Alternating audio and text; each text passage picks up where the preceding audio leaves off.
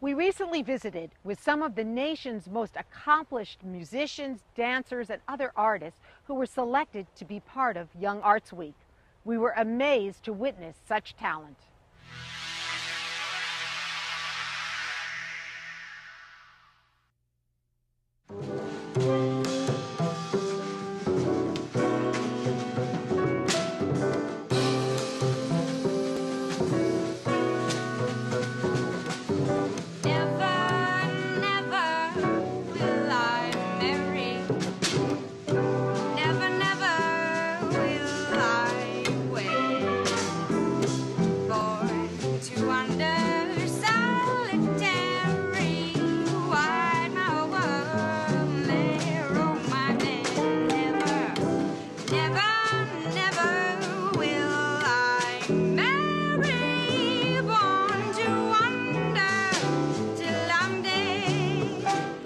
I wouldn't call myself a normal teenager. You know, I don't do a lot of the normal things that my peers at school would do, but I enjoy it.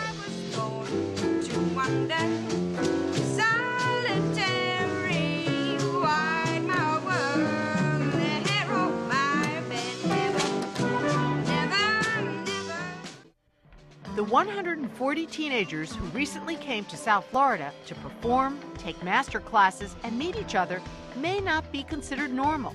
They may not have time for socializing, sports, or other teen activities, but they're now known to be the most talented young high school students in America. They're musicians, dancers, writers, and other artists selected by the prestigious Young Arts organization out of 7,500 high school applicants. Young Arts was started 28 years ago.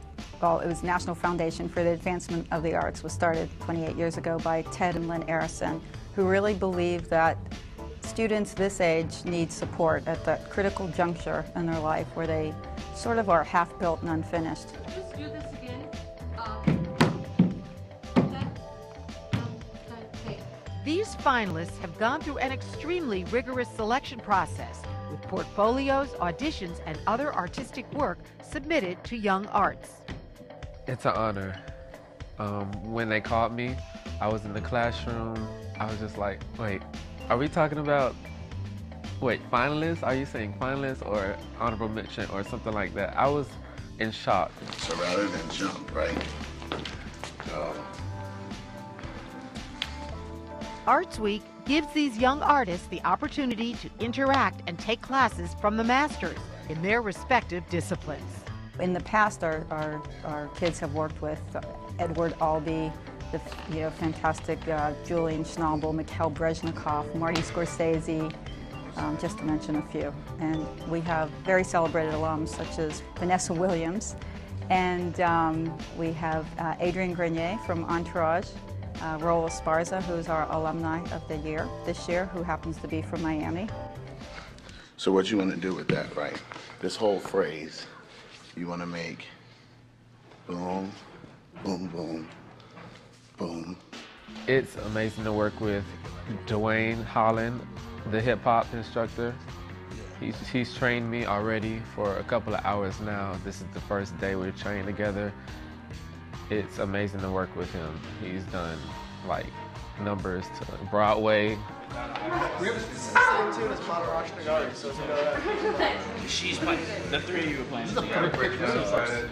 Really? Dr. Ronald McCurdy is chairman of the Jazz Studies Department and professor of music in the Thornton School of Music at the University of Southern California. He is also the former president of the International Association of Jazz Educators. He's been coming to Young Arts Week for 10 years to work with these jazz prodigies. He finds it exhilarating to be in their company. If we can really nail that, that would really be wonderful. It'll just tie the whole thing together. And he's giving it to you on a platter. He's saying, "Bam, here's a spoon." Someone was saying how these kids back at their school, they're probably the geeks, they're probably the nerds, they're probably the weird kids who are always in the practice room practicing or working on their drawings and paintings and their scripts or what have you.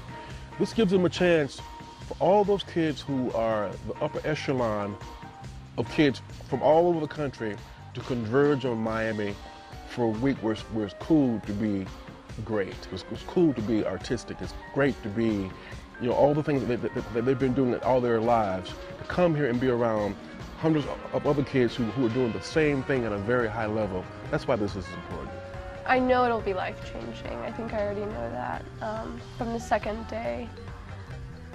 Seeing everyone perform and seeing the caliber of dancing, everyone's incredibly gifted. And the funny thing is that no one knows how gifted they are. Everyone's so humble, and I'm excited because I know I'll grow in this experience. This week is about sharing.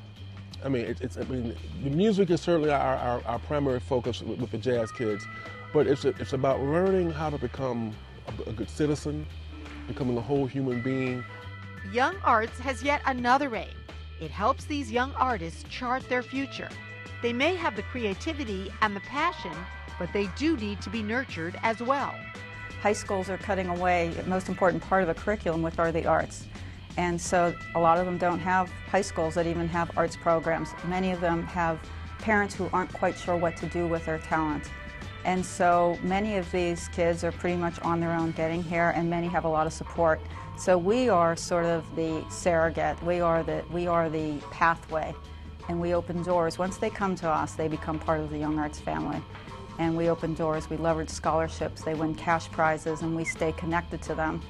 NFAA and its core program, YoungARTS, is the only organization that nominates presidential scholars. Out of the 140 young people who participated in Arts Week, 20 will become presidential scholars to be honored by the president at the White House. Among these nominees are Ernest Baker, Kate Davis, and Hannah Dara. I have a theory. These kids have been here before. They're 18, 19, going on 45.